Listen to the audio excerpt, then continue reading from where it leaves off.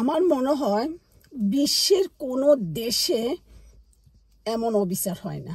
দেখেন, দেশের আন্দোলন হচ্ছে, একদিকে মারামারি হানাহানি হচ্ছে, কত মায়ের বুক খালি হচ্ছে।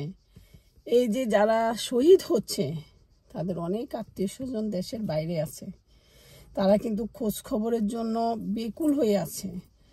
আমরা যারা সাধারণ পাবলিক আছি, আমাদের পরিবার প্রিয়জন দেশে, আমরা যোগাযোগ করি। আমাদের মাধ্যমটাই হয়েছে ফোন, আমাদের মাধ্যমটা হয়েছে একটু যদি কথা বলে আমরা এই দেশে শান্তিতে থাকতে পারি। অথচ দেখেন, আজকে সকাল থেকে যোগাযোগ করতে পারছি না। অথচ আমার আম্মু অসুস্থ, আমার আম্মুকে আজকে হাসপাতালে ভর্তি করানোর কথা, ভর্তি হলো কি না এই খবরটা শোনার জন্য আমি কত যে সারাদিন ফোনটা হাত থেকে রাখি নাই, পাচ্ছি না। প্লিজ, আমাদের দেশে যারা অভিভাবক আছেন এত নিষ্ঠুর হবেন না।